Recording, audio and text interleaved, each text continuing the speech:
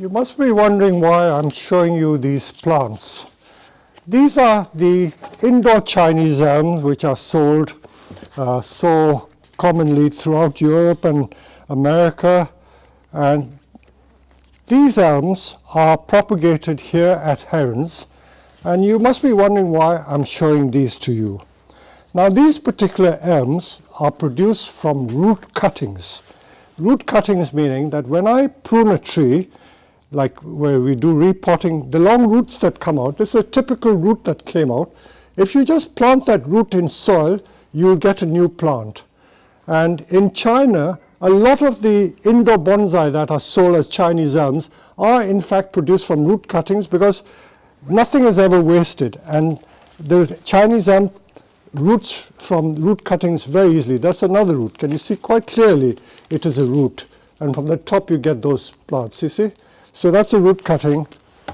These are all very thin roots. You can see I've used very thin roots, and just putting the thin roots in, they've all rooted. I've just put a bunch of roots in there, and we've got so many plants, starter plants of Chinese elm, just by putting thin roots into a pot of soil, and they produce plants. The same with this. So all these Chinese elms are produced from what we call root cuttings. Now, how do we get root cuttings? I will just show you species by species. This is a Chinese elm that a customer brought to us. He forgot to water the tree. Can you see? Such a thick trunk tree. He forgot to water it and the tree died. So I've tried to revive it. Of course, the main tree didn't die, but one of the side shoots started to grow. And I bet there will be lots of useful roots in there which we can salvage for making root cuttings. And you can see what I did. I planted it in sphagnum moss, the famous Peter Chan's moss trick, and the moss revived the tree. So a part of the tree survived, and all these, so you can either make stem cuttings from all these. If you cut each of these and stick it in soil, you will get hundreds of plants from them. But the other way to produce the plants is from these roots. So you look at the roots. Come here and look closely. All these thick roots, the elms have the habit of producing roots like this. So if you were to take these roots out, how many plants would you get? And the more you cut, the more you get. So we're not damaging the plant in any way. We're just stimulating more growth. I'll put it back in that pot. It will grow new roots. And each of these plants will become root cuttings. So what I do is I usually like to leave it. So that will grow, and the tree will grow from there. So all this will be the source of endless root cuttings. So from that tree, if I cut it, say here, I can get a plant there. I can get several plants. So there you are. Straight away I've got 3. And so there are about 50 cuttings in that, root cuttings that we can make from the elm. So the Chinese elm certainly produces root cuttings very easily. Now you've got to know that not every plant produces plants from root cuttings. The Japanese maple, for instance, is an acer, does not produce root cuttings. We did a video earlier on about repotting that great big English field maple, Acer campestre. And Acer campestre produces root cuttings very prolifically. If I can just show you some examples.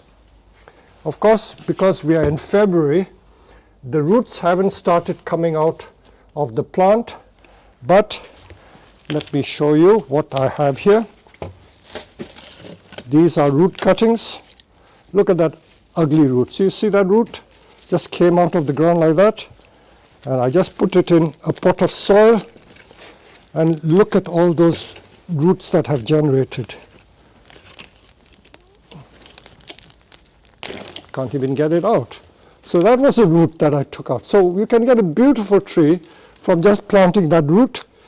There's another one here. You can see clearly it's a root, and that's produced new shoots. And if I keep cutting these roots, however fine the roots, I will get a new plant from that. So these are ready to put into individual pots to make individual trees. That's another funny root from field maple. There you go. That was a root. You can still see that it looks like a root. It's clearly a root. So if I wanted to make an instant bonsai, just trim the branches back and then plant it at an angle. We can put a rock even underneath that, and you'll get a very interesting bonsai. Now supposing I wanted to make another root cutting, I can cut that off. That. So I've got one tree there and another tree going to grow out from here. So you can get ad infinitum, endless source of root cuttings. Now these were the thick roots we cut off from that great big field maple. So each of these, you see the roots. Now with that one, if I don't want the tree that long, I can cut it there. And this will make another plant. You've got to make sure you plant it the right way. If you plant it upside down, it may not take. So you've got to remember where the roots go. So that will be planted. So all these, you see how the roots go in? So that's another plant. So all these will become separate trees. Now, I was just saying earlier on, let's look here. These were the trimmings that we trimmed off that great big field maple. You may think that these are very thin, but they're not that thin. They're about 1/8 of an inch thick. If I wanted to be stingy, you look at the lovely curve there. I can cut that off, and I could get a beautiful little curved mamey tree. Not just one, I can get probably 2 trees. In pots, they will all become little trees. So all these fine roots can make root cuttings. So nothing is ever wasted. So you don't have to just use thick roots. Of course, if you use the thick roots, you will get an instant tree with a trunk that thick, which normally would take years and years to grow. So the thicker the root, the thicker the trunk you will get. So all these will become thick trunk field maples. This is another field maple that I did only last year. We never waste anything, and you can see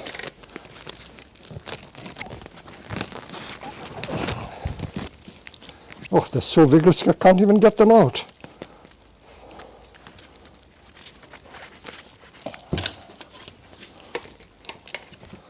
Okay, I can cut them off.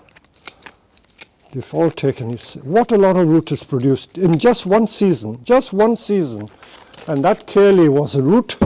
Like any of these roots, you can see that was a root, produced more root there, and I've got an instant tree.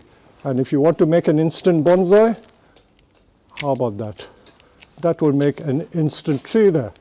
So that only took about 6 months to produce. And so there's endless number of root. There was another lump of root that I found from another field maple, and this was only planted in the autumn. And you see that beautiful tangle root, and that's going to be a very interesting piece, you know, with a thick trunk like that. And I'm going to get new branches because there are no branches yet. The tree is well alive. You look at the green underneath, it's not dead, so that's going to grow in the spring. So that was a root, a lump of root from field maple, English field maple. This is also another root cutting. This is, I think, an older tree. They grow easily from root cuttings. Now you must be wondering, how do I know which trees grow from root cuttings and which don't? You will soon get to know. I'm not a plant pathologist, so I don't know the plant physiology that, you know, encourages trees to produce root cuttings. Only certain trees produce root cuttings. From my experience, the ones that we use for bonsai, the elm I mentioned, the field maple I mentioned, the other thing is what we use is wisteria. This is a wisteria plant, and these are produced from root cuttings. We just dig the roots out when we prune the trees, and we stick it in soil, and lo and behold, you get a plant from the root. So that is root cutting. The other one I need to show you is crabapple. Now this is a big crabapple, and this is a crabapple I took last year. This was a root, and because the roots were so interesting, I'm growing it over a brick to produce a root over rock on a brick. But I will show you what we do. Now supposing I were to repot this tree, so we will find invariably some thick roots are there. I'm just showing you what I would do. So a thick root like that, I can probably cut that off. And make sure I don't cut all the roots off, because I want to leave enough root for the tree to grow strong. It's just showing you the principle. So that is a thick root. And you can see already it's got root there. So if you plant that, you'll get a nice little tree with a thick trunk. So that will be a root cutting. So that is crabapple for you. The other one which related to the crabapple, those of you who know a bit of botany, the Rosaceae family, or the rose family, which it includes hawthorn, Chinomales, which is the quince, Japanese quince or the Chinese quince as well. They have this habit of producing suckers.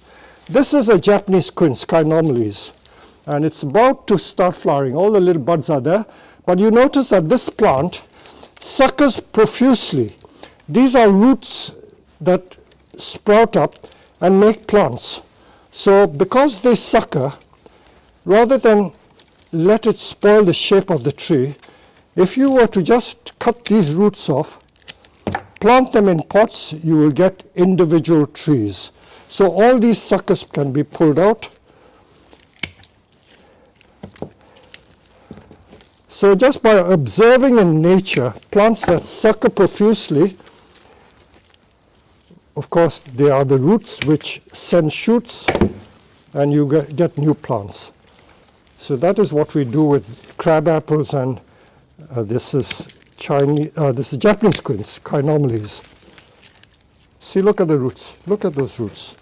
They will all become usable as plants.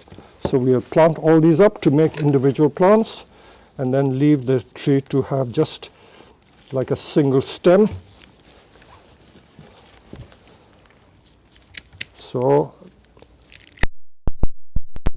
the sake of saving, it's just interesting to produce plants in that way. So that we put back in its pot, and we make new plants from that. The other one that grows quite well is the Ficus Carica, or the edible fig. Now, I have some edible fig here. I will just show you this one. This is the edible fig. They have the same sort of roots as the Chinomales has. And of course, the roots here are quite ugly. So where I have an ugly root, if I just prune this ugly root off, I can make that a new tree. So the varieties that produce root cuttings, you can just use the roots that you would normally discard when you do root pruning. Let me find a root pruner.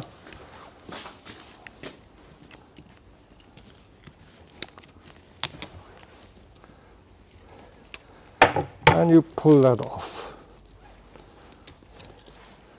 So that root, if you pull out,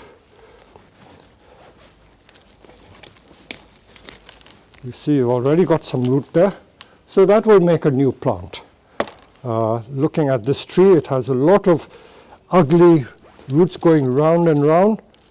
Unfortunately, when plants are grown in flower pots, they have this habit of circling the root. In the technical term that we use, we call it a girdling root.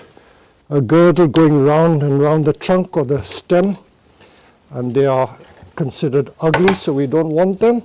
So this ugly girdling root I will take out. So I may not have the time to do it, I've got to do it patiently. So you can pull that out, make that tree look nicer, and we've got another plant from that. So this is how we go about getting root cuttings. So it's really showing you the principles every time of how to produce plants from another method, which is growing plants from root cuttings. So there you go. Don't throw these.